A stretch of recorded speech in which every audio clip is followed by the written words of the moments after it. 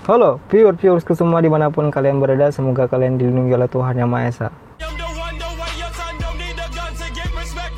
Kita intro dulu, bos. Ja.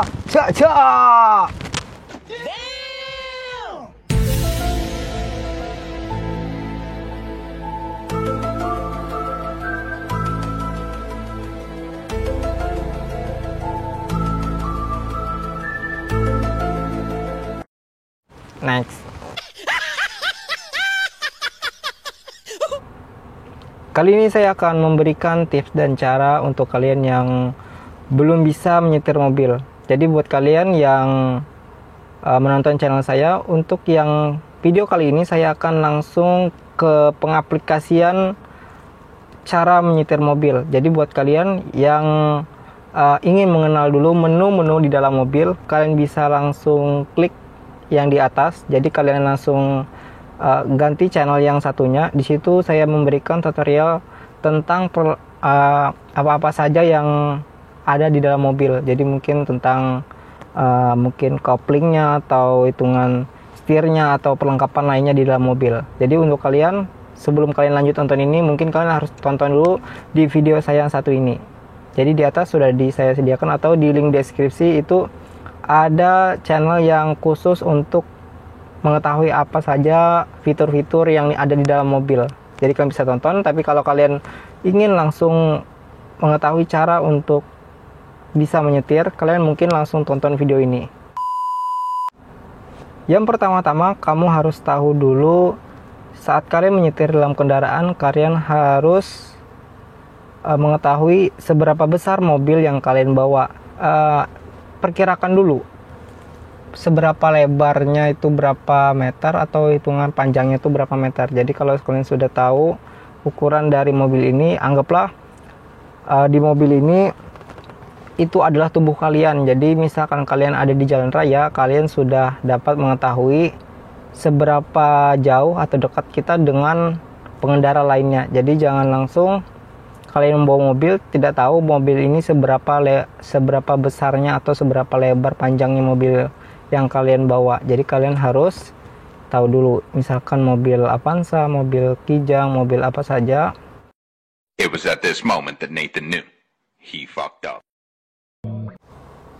Yang pertama, kamu harus tahu dulu seberapa lebar dan panjangnya mobil yang kalian bawa. Setelah kalian sudah tahu seberapa besar mobil yang kalian bawa, kedua kalian harus mengetahui dulu apa-apa saja fungsi dari masing-masing dan alat-alat yang ada di dalam mobil yang mau kalian bawa.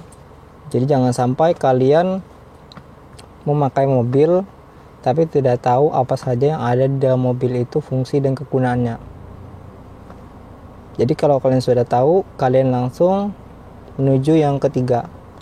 Dan kalian harus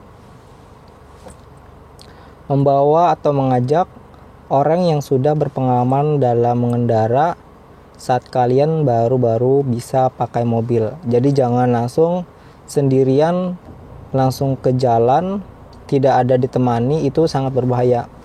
Jadi saran saya pernah pengalaman kalau di jalan raya, kalau kalian baru-baru bisa bawa mobil, kalian ajak saja teman, saudara, atau keluarga atau kerabat saat kalian mau bepergian menggunakan mobil. Apalagi kalian yang membawanya, itu pasti sangat berbahaya kalau kalian sendiri. Setelah kalian mungkin beberapa lama sudah bisa, kalian mungkin bisa sendirian menggunakan mobil tanpa didampingi. Tapi alangkah lebih bagusnya, sudah bisa ataupun belum bisa, itu lebih baik didampingi oleh orang di sebelah kalian.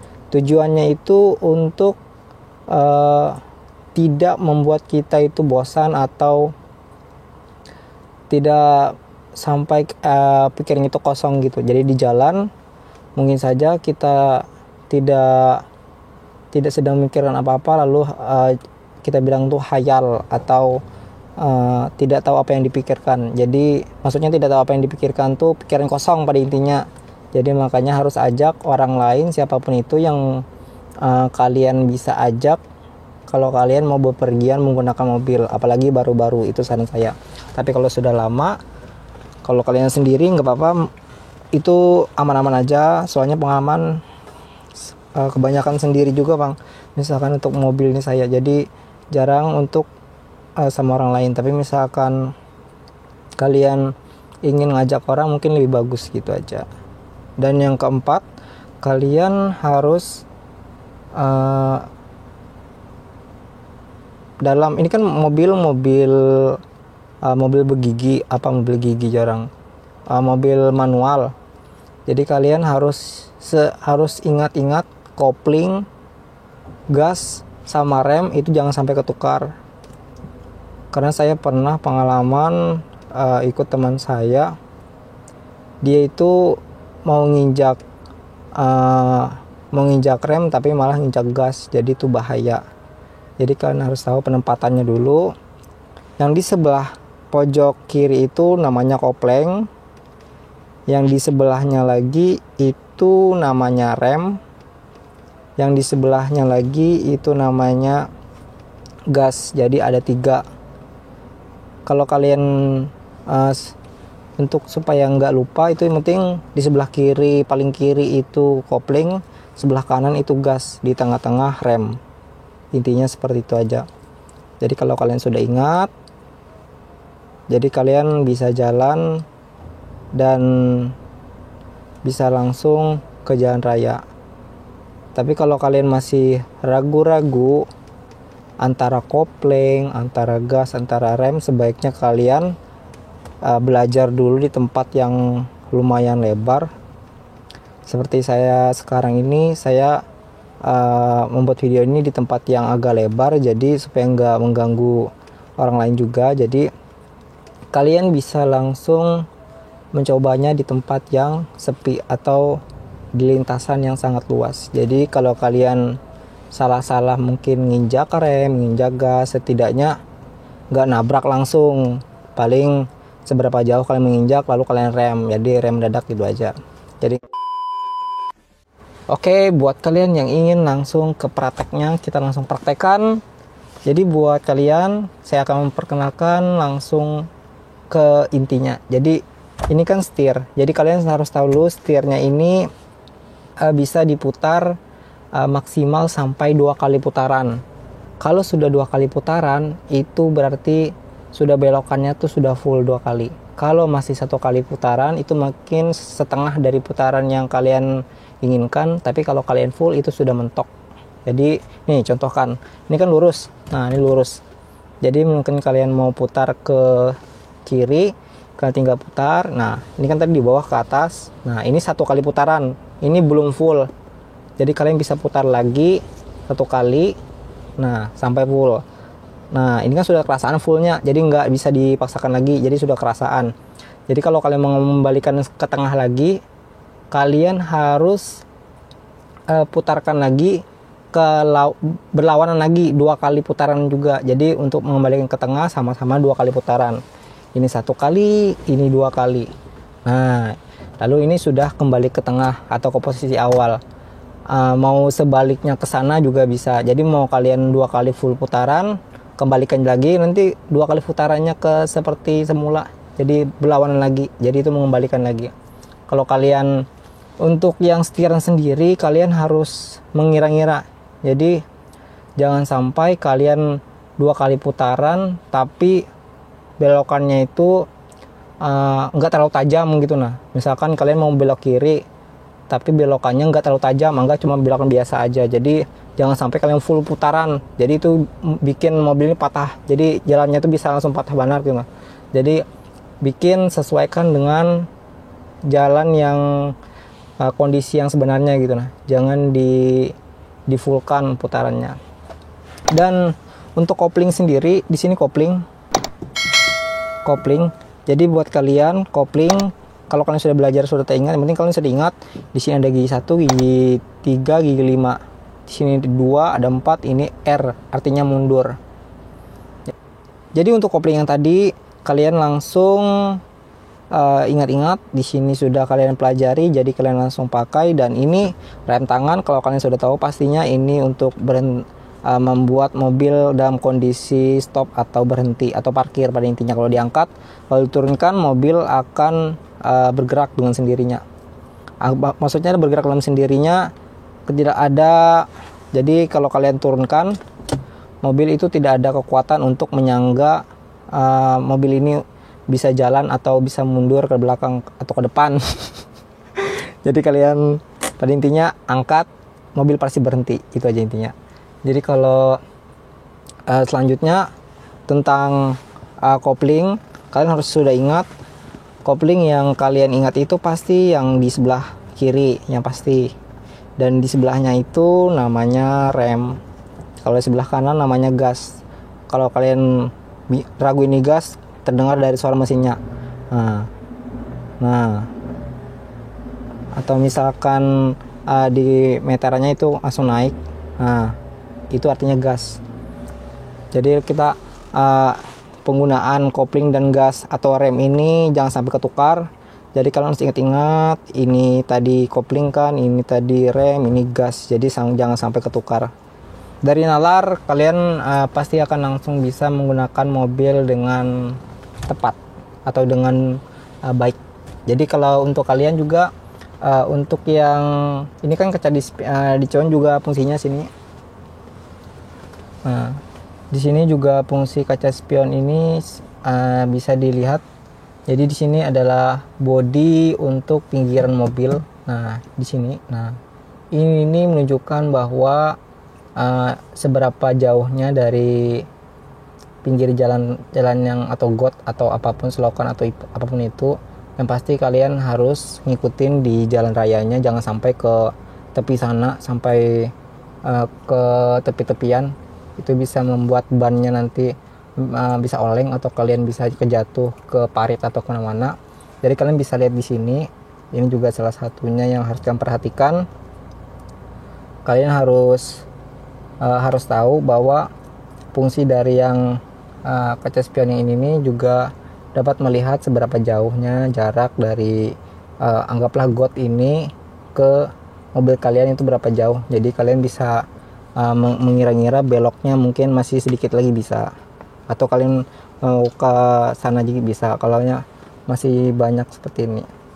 Dan untuk yang sebelah sana juga sama, jadi kalian bisa melihat mungkin orang di sebelah sana tuh mungkin ada motor atau mobil, jadi kalian bisa tengok di kaca spion. Dan untuk yang kaca spion yang di atas ini, kalian bisa melihat di belakang itu ada orang di belakang mobil kalian atau enggak. Kalau kalian lihat ada orang, jadi kalian harus pelan-pelan. Misalkan di belakang ada orang, jadi atau kalian mau mundur, kalian juga bisa lihat kaca belakang. Jadi kalian nggak usah segala nengok-nengok pakai nengok langsung gitu. Jadi nggak usah. Jadi kalian langsung manfaatkan kaca spion ini untuk nyetir kalian. Dan kalian harus memposisikan kondisi tubuh kalian dengan kondisi yang PW, katanya PW atau posisi wena. Jadi kalian langsung mengatur seberapa jauh. Dan kalian juga lihat di sini. Nah, di sini juga untuk koplingnya sendiri kalian harus sering-sering jadi kaki kiri kalian tuh harus berteman dengan kopling selalu. Soalnya nggak bisa dipisahkan kaki kiri dengan kopling. Dan kaki kanan itu bersahabatnya dengan rem sama gas. Jadi biarkan kaki kiri kalian untuk kopling. Jadi sisanya kaki kanan ini bisa menggunakan dua. Jadi kalau nggak gas bisa merem.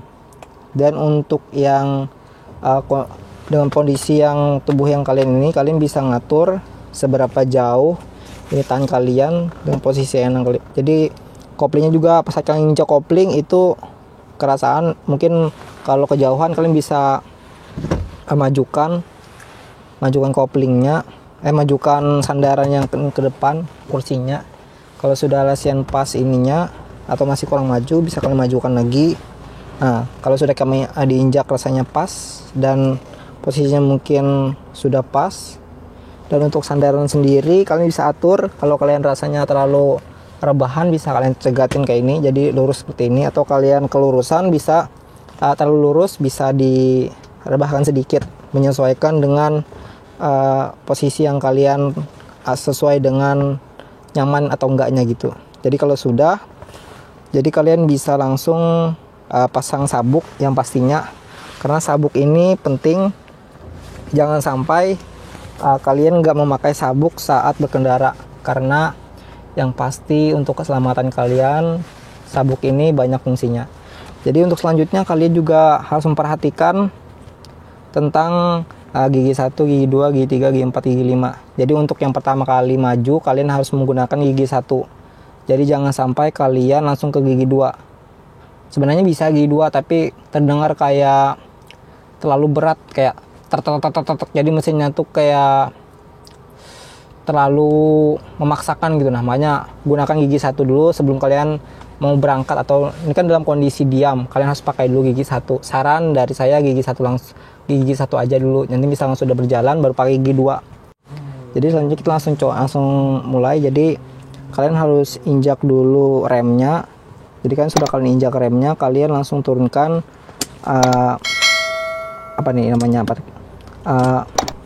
rem tangan.